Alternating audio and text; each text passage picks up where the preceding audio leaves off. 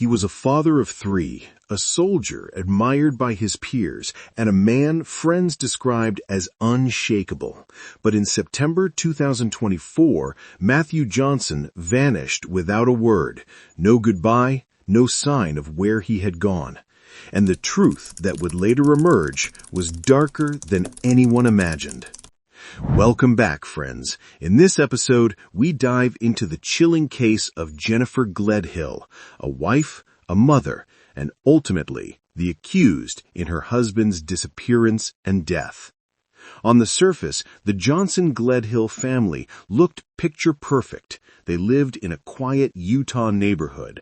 Matthew, in his early 50s, served in the National Guard. Jennifer, in her early 40s, was seen as an attentive mother to their three children, all under 13. Neighbors recalled seeing the family at school events, smiling together, appearing steady and strong. But cracks were forming behind closed doors. Divorce proceedings were underway. Custody disputes dragged on. Jennifer had tried and failed to secure protective orders against Matthew.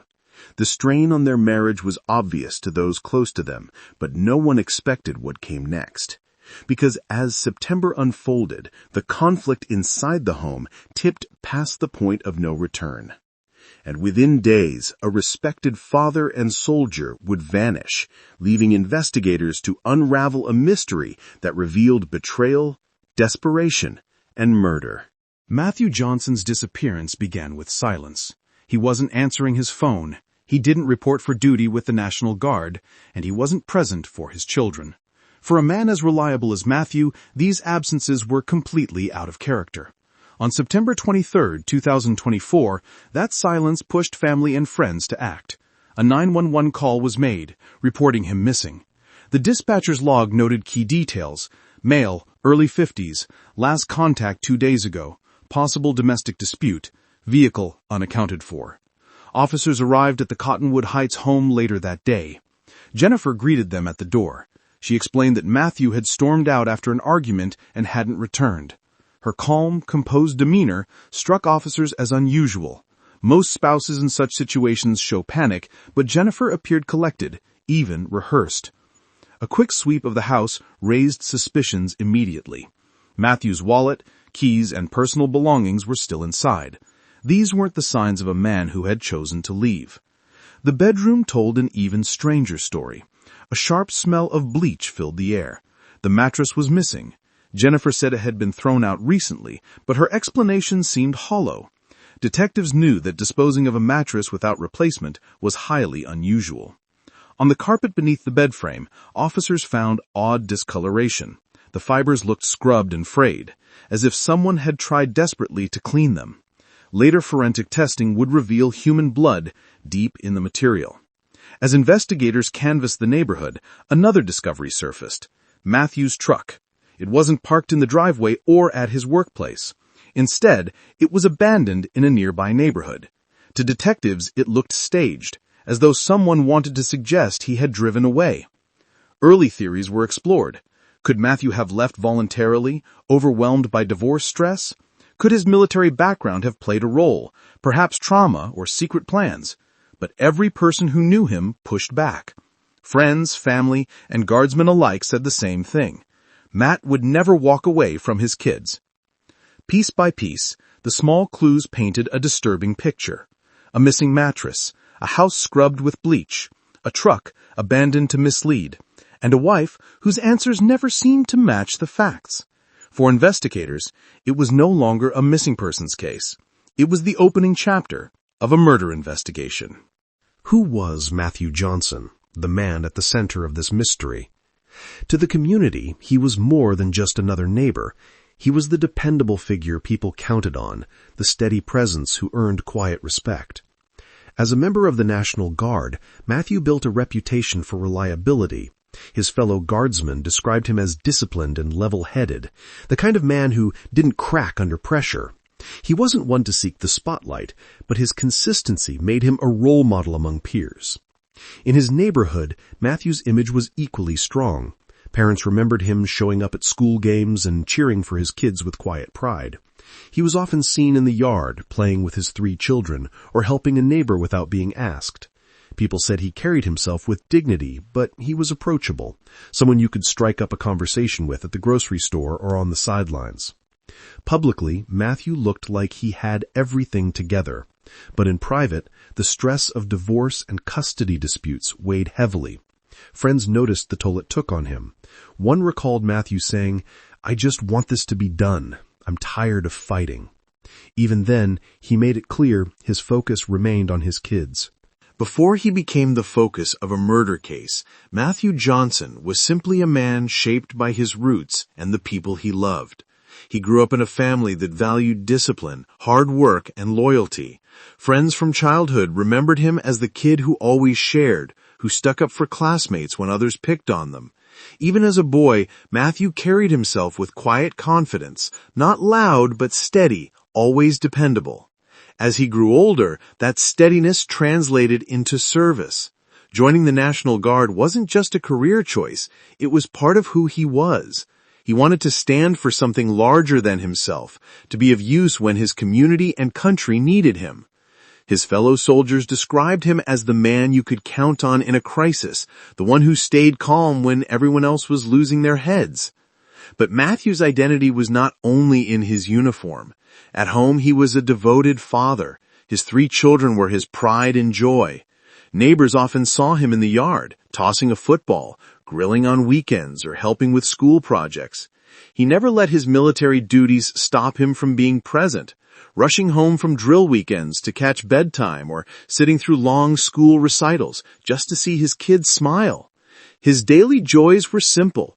He loved fried chicken, old action movies, and Sunday afternoons spent with family.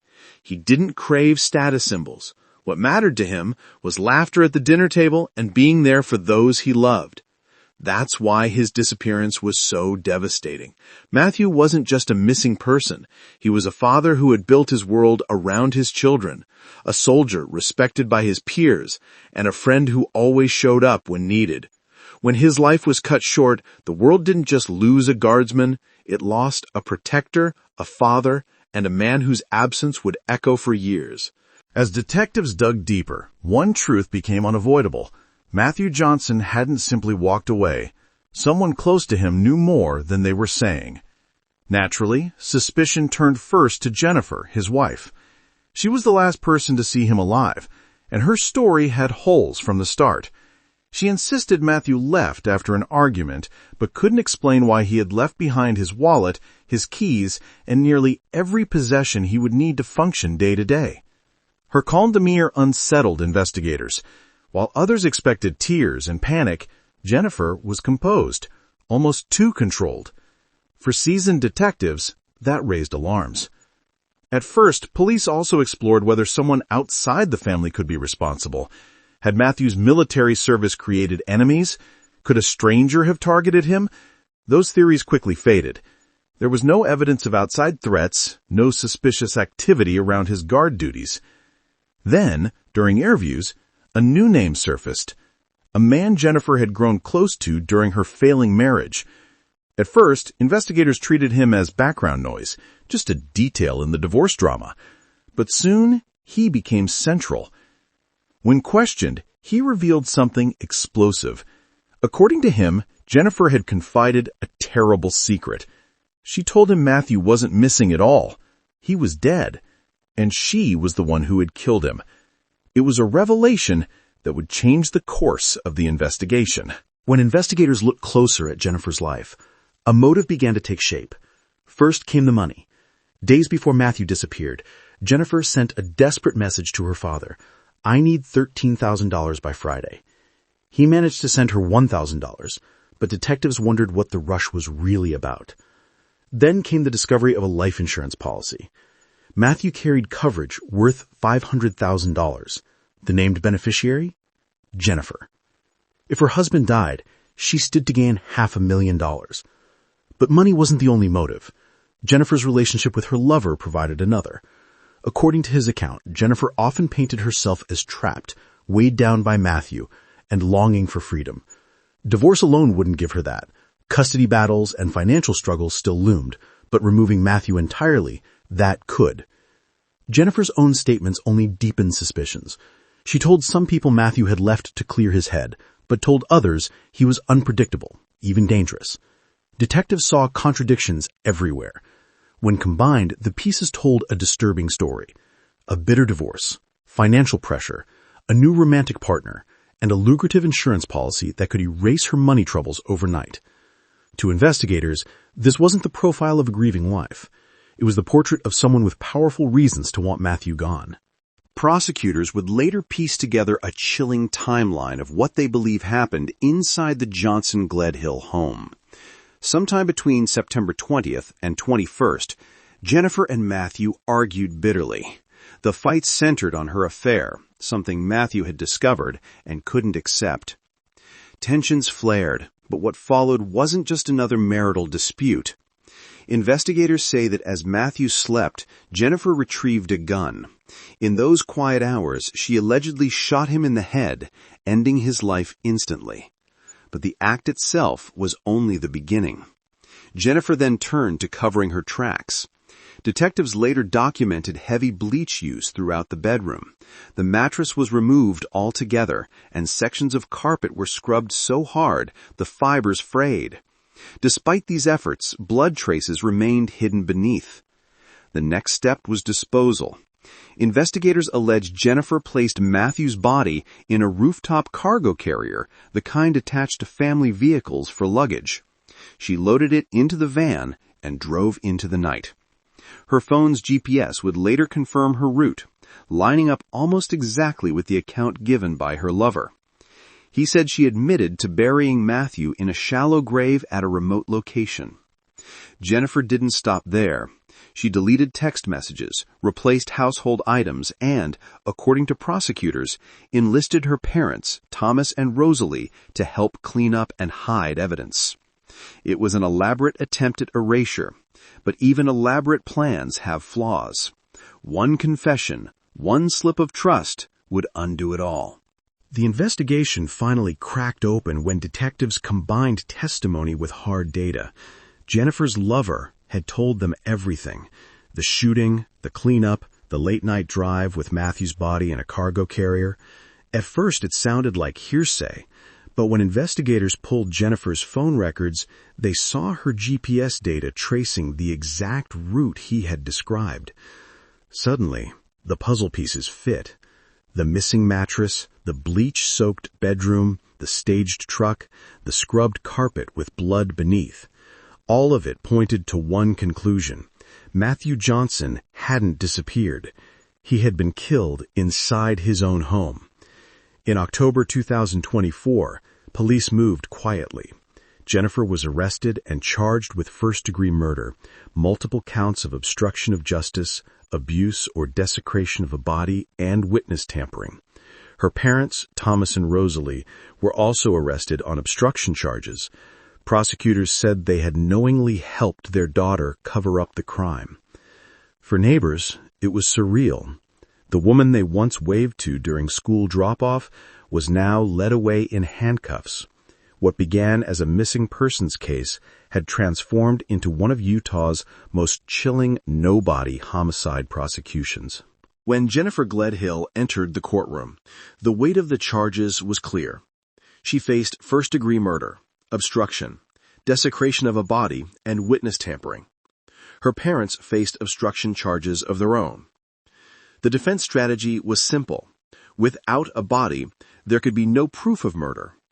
Attorneys argued that Matthew might still be alive somewhere, that Jennifer was being painted as a villain in the midst of a bitter divorce. They pointed to the lover's testimony, suggesting it was unreliable, even self-serving.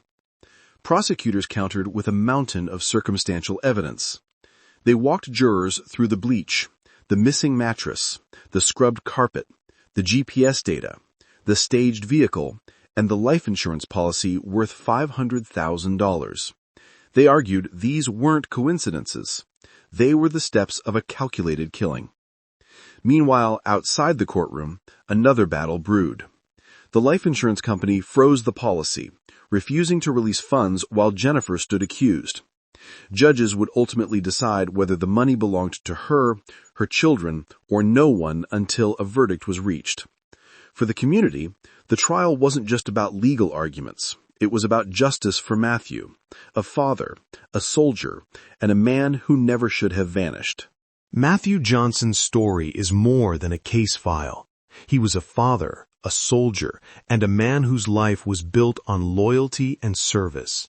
His disappearance and the revelations that followed left behind not only a courtroom battle, but also 3 children forced to grow up without their dad. This case reminds us that tragedies don't always come from strangers in the dark. Sometimes they come from inside the very walls we trust the most. It forces us to ask hard questions. What warning signs go unnoticed? How can love, once strong, turn into betrayal so complete? And what choices might have changed the ending before it was too late? By the way, if you've stayed with us through this story and found it powerful, please subscribe to help us reach 1,000 subscribers. Thank you. Matthew's legacy should not be defined by how he died, but by how he lived, with devotion to his children, respect from his peers, and service to his country. That is the memory worth holding on to.